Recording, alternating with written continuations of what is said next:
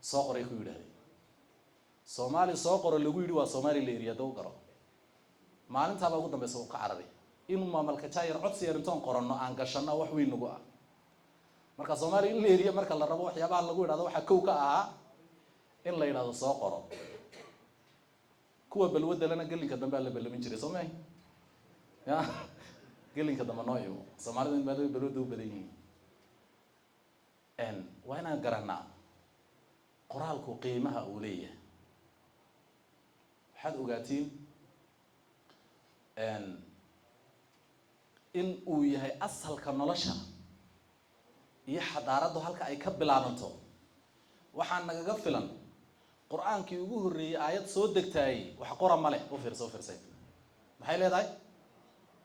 وحقرا هذا ملأ وفر سيد اكتبوا ما ليه يا اكتبوا ملأ ما حين نقول ديري جلسة أخرية وش اللي قرأ أخرية بنقول ديري جلسة سمع هلك محن نوقعد إن وح لقرأيني أصل كتايده إن قرآن اللي يسكت ديري جليو ونعم أمد إن لا يراد وح قرأ عادة بني آدم كمن ما وح قرأ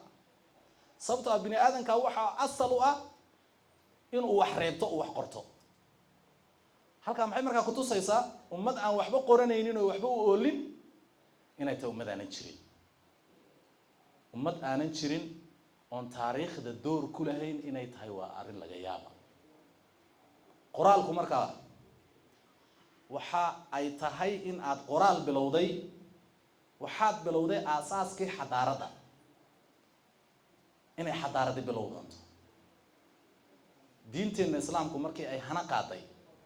حنقات كده أصل وحا كأها إن وح القرآن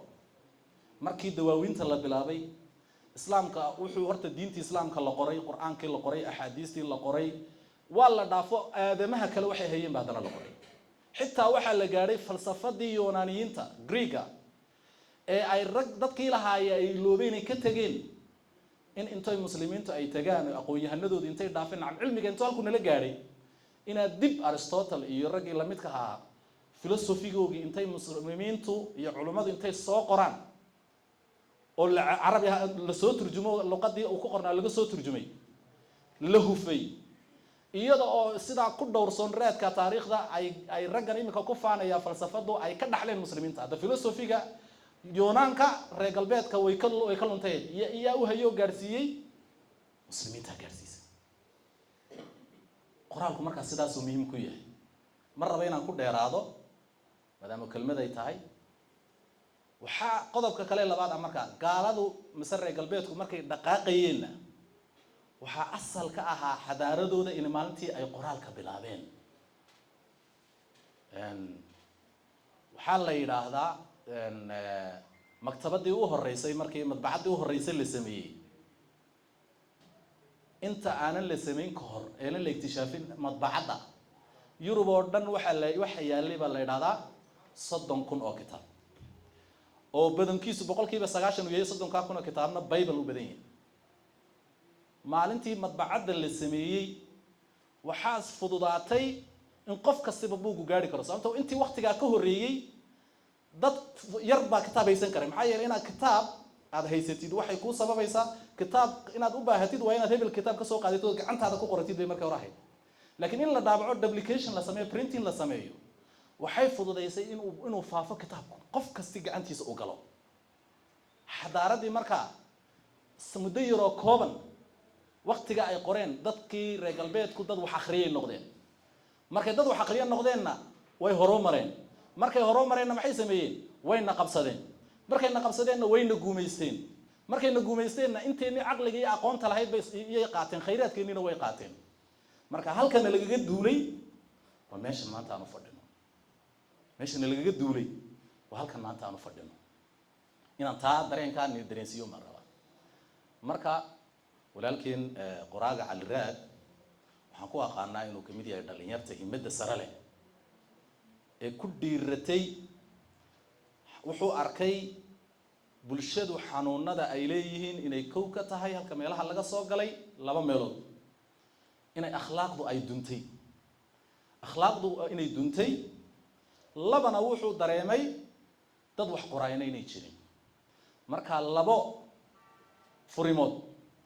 oo dalooshay ayuu awday oo bilow seeskii u dhigay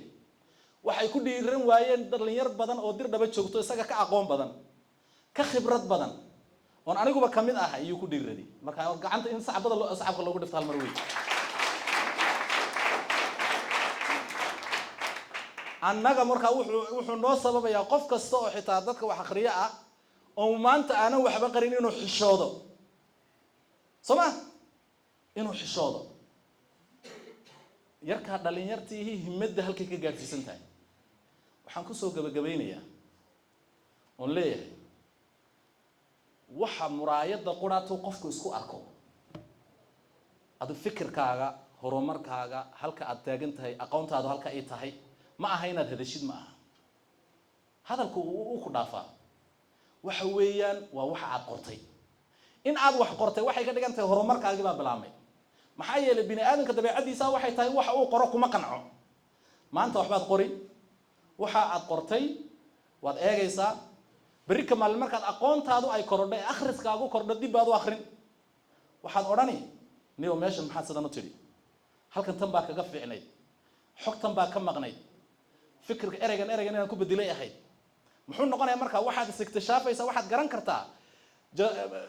processka aqoontaada aad ku jirtay inuunan mid meel joogo una ahayn aad dhaqaaqaysid muraayad waxa ku noqonaya waa buuqa maanta buuq ulaad marka annagana tusaale wanaagsan buu noo yahay magaalada diri dhaba sanadadan waxa ku soo biiray in wax la qoro deegaankana si guud uu ku soo biiraya